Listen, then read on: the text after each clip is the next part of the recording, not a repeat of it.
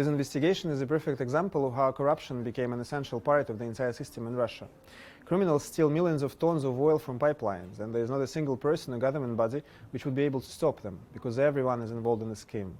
If someone tries to fight it, he finds himself thrown out of the job, if not in prison. Normally, pipelines are protected by private security firms hired by oil companies. If they find something unusual, they contact police or FSB, two law enforcement agencies that investigate oil thefts.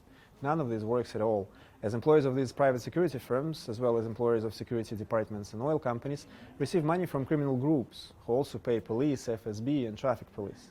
Moreover, as numerous sources told us, the FSB has become the main entity that actually organizes the whole process.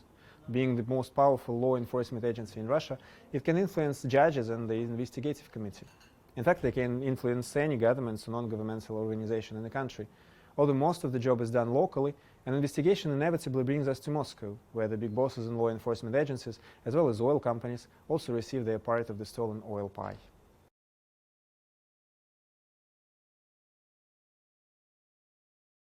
Working on this sort of story, one should take precautions in order not to draw too much attention to oneself, though I don't believe it is possible to do this sort of thing completely unseen from the secret services. The most difficult part of the job, in any country I guess, is to find sources who would agree to speak to you despite the fear. I wasn't getting any threats, neither when I was working on this story nor when I was published, though nearly all my sources were asking me all the time if I was 100% sure that I wanted to work on it.